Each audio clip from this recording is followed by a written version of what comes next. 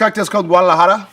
It's a twist on a Manhattan. And again, we're going to change up some of the ingredients that would normally go in a Manhattan and use tequila as our base instead of rye whiskey. I'm going to stick with the Angostura bitters and change up the sweet vermouth with a little bit of Amaro from Italy. So we're going to stir this drink, and we're going to start with using some Gran Reserva, San Matias Gran Reserva, 3 years old, aged in some French oak.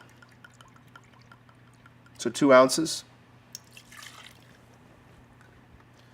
Then we're going to use Averna and Amaro, a sort of herb and spice bitter liqueur from Italy.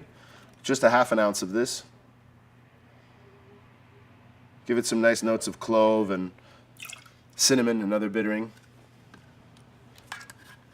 Then we'll use Angostura bitters, just like a normal Manhattan, just 2 dashes. We'll add our ice and stir this cocktail.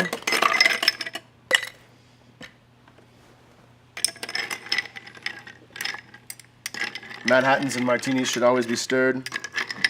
Drinks that only contain alcohol look much better when they're only stirred. It's not quite as efficient a method as shaking to get a drink cold, but it's important to melt some water in this cocktail.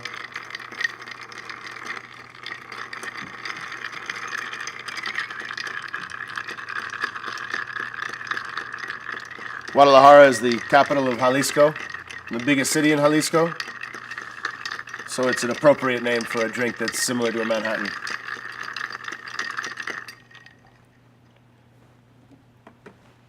We'll taste this just to make sure it's right where we want it.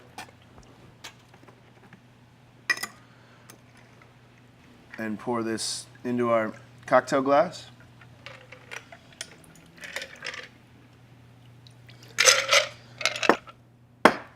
So normally we would garnish a Manhattan with cherries, but we're going to garnish the Guadalajara with an orange twist. The oils from the orange twist are going to bring out a lot of the cloves and cinnamon and the bitters that we used.